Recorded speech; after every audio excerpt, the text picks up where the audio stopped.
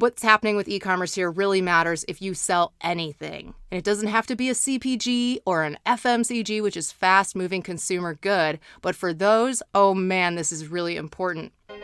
For Monday, January 28th, 2019, this is episode 29. Amazon Alexa in-skill purchasing improves. Now brands can upsell.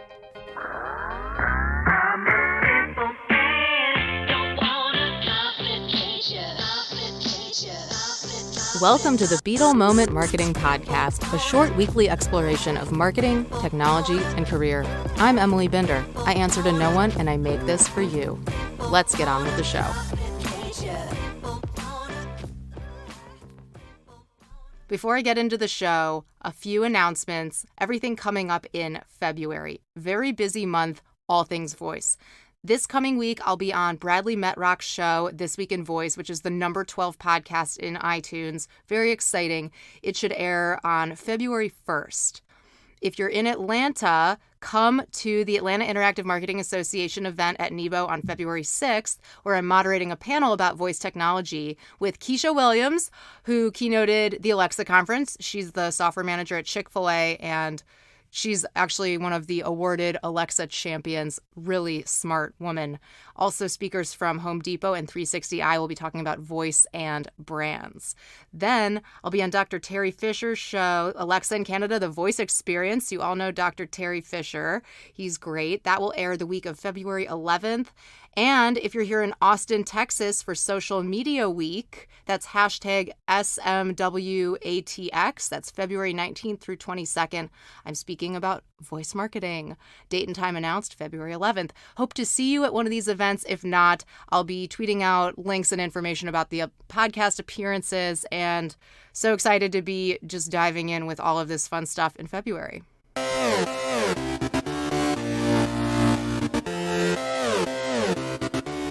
Last week, Amazon made some updates to the developer console, which make it easier to add ISP, that's in-skill purchasing. I spend a lot of time in this console, and to be frank, it's lacking and buggy, so whenever there's an update, I'm so excited. Previously, developers had to write their own code in the command line interface to build a skill with ISP. Now, they have a monetization tool in the developer console, which gives users the ability to add in-skill products in just a few steps. Obviously, this is making it easier to have more commerce happen through Alexa. Here's why in-skill purchasing really matters. Let's look at conversion rates. Now, there aren't a lot of data points yet, but we can look at two skills, which are pretty popular ones. There's the weather skill, Big Sky, and the creator, Steven Arkonovich, he created a subscription for the skill. He claims that 50% of his users opt in to purchase the premium experience when it's offered. And another skill, Escape the Airplane from Gal Shinar, has also had pretty good success with conversion rates around 34%. These are much higher conversion rates for the premium option than you would see with any kind of mobile experience typically. 34%, 54%. Those are huge numbers. Now, another thing to keep in mind, Alexa skill creators take home 70% of the revenue made from in-skill purchasing. And this is just one thing Amazon's doing to help incentivize developers to keep creating quality skills. Of course, they're the platform, but the developers, the third parties, you, if you're a brand and you're creating a skill, you're populating this ecosystem. You're making the thing a thing for all of these users. So Amazon's going to try to reward you. It's been a little bit clunky to date, but I'm harping on this idea of the developer console improving with time because I really do think we're in such an early stage here. I mean, remember what Google Analytics looked like the first couple of years and what it looks like now? It's just such a distant memory, and this will be the same. It will improve vastly. The analytics will improve vastly. They're so basic right now. What else has changed in the console? You can add or remove products in your skill with one click. Another update is that skill reporting metrics, which now include upsell to conversion, which measures the percentage of users who hear a product prompt and agree to hear the offer, and upsell to purchase conversion, which measures the number of users who heard the offer and then made a purchase.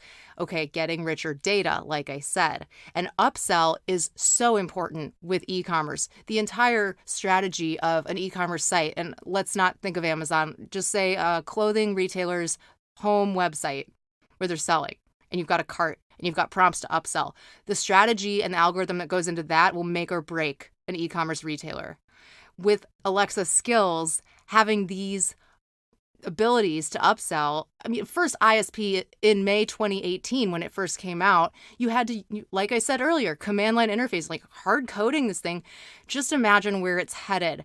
And it's not a novelty. It's the fastest growing consumer technology of all time. I keep repeating this because I just want to make sure everybody's aware in case you weren't. The smart speakers, namely Alexa and Google Home, have grown to nearly 50%, or it may, as of today, be at 50% market penetration in the US in less than 5 years since launch. It's actually in only 3 years or so. The smartphone didn't grow that fast. The TV, radio, internet-enabled computers, nope, they didn't grow that fast either. What's happening with e-commerce here really matters if you sell anything. And it doesn't have to be a CPG or an FMCG, which is fast-moving consumer good. But for those, oh man, this is really important. Where is this all happening? I mean, physically, where are people doing all of this shopping? There are 3 places: smartphones, smart speakers, and the car. Let's talk about the car, because I haven't really before, but I'm looking more into this and thinking, okay, this is a huge, important piece of any kind of voice strategy you're doing. What is the piece in the car? Now, the car could be something like the new Amazon Echo Auto, or there will be other devices that are just inherent, native to the car. Those will come about, add-on ones, but more and more car brands are having native voice assistants inside the car. And it's just a matter of which platform are they going to integrate with. Will it be Alexa? Will it be Google Assistant? Regardless, here's what you need to know about the car. Twice the number of U.S. adults have tried in-car voice assistants as smart speakers, and monthly active users are 60% higher for voice assistants in the car than the smart speaker. And the smart speaker is already high. So voice in the car is going to be serious business. Think about how much time people spend in their cars. Now that too will change as we have autonomous vehicles and more ride sharing and people multitasking without having to physically actually drive, which that's the dream, right? Get your time back and prevent accidents. We're not quite there, but we will be soon. For now, the voice assistants in the car, they're going to have a lot of purchasing power. And this may sound crazy, but I could see out of home making a comeback. Billboards. Think about it. You're more likely to purchase via voice while multitasking while commuting if you see something on a billboard because you're already involved in just one listening or speaking task at a time, but you could have multiple ads. You could be impressed by those on a drive. So that's something to think about. There might be some really cool ways to strategize with geolocation, physical out of home, and then the voice assistant in the car. Anyway. The car is firmly established as one of the big 3 voice assistant access points, and I don't see that changing. Now, the hurdle we still need to overcome is the lack of fluidity between skills and browsing, at least on Alexa. Definitely on Alexa. Google is a lot smoother. But here's an example. Right now, my team is programming a custom skill, and we had to be really sure that the enter and exit prompts, commands, worked. Like Alexa stop or Alexa exit are different and both need to be functional.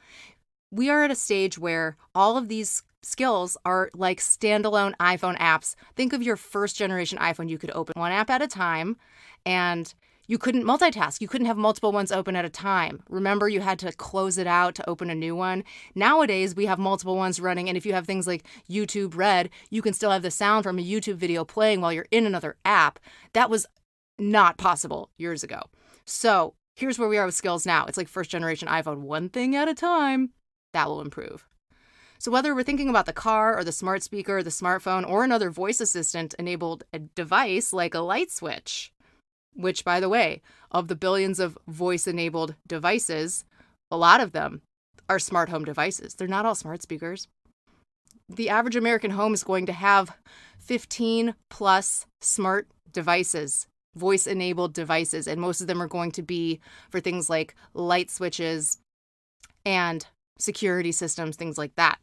This lends better to some brands than others, but frankly, it's helpful for literally any brand to think about voice because voice is simply faster and more natural. Typing is computer-ese. We have no business typing. I can't say this enough. It is unnatural. It is awkward. It is slow. We are so crippled by the way in which we compute typing. I'll give you a couple numbers to illustrate this. It is cripplingly slow compared to what our brains can process. The average person says 110 to 130 words per minute. We type 38 to 40 words per minute. Another reason for poor listening skills is that we can think faster than someone else can speak. Why do you think we have trouble focusing? I mean, that's a whole other separate topic, but most of us speak at the rate of about 125 words per minute. We have the mental capacity to understand someone speaking at 400 words per minute. Now, a normal human being can't. I'm even speaking pretty fast right now, but you might be listening to this podcast at 1.25 or even 1.5x if you're really on a lot of Adderall. I can't do 1.5 on most shows, but give it a shot if you're using Stitcher or Overcast. Speed this podcast up. See how fast you can make me talk and how much you still comprehend. That's about processing power in the brain when it comes to sound. Reading, which has to go through the visual cortex. Typing, which is ergonomically awful. These are not the ways that we're meant to compute or even to communicate. And they're very thin and frail, really. They're lacking substance and depth. As a brand, your voice can come to life through an actual voice. We talk about the voice of the brand, the tone of the brand. What do you mean? Do you mean the words that I read from that brand on social media when it's just text? Or even in a video, when it's graphics? That's not a voice of a brand. So think about getting ahead of this curve for your brand. What would you create if you had no limitations? Brought to you by our friends at Pippa. Pippa is the simplest, smartest way to share your podcast. Visit beetlemoment.com/PIPPA to get a $25 Amazon gift card when you sign up. And we thank Pippa very much for their support of the show. If you enjoyed this podcast, please rate and review in Apple Podcasts. You can go directly to the page at bit.ly/BeetlePod. That's bit.ly/BeetlePod. And you can rate and review, which will help others find the show. Thank you in advance. I do appreciate your review. For more about the show or to consult with me, visit BeetleMoment.com. Tweet me at Emily Binder. I'd love to hear from you. Thank you again for listening. I'll see you next week.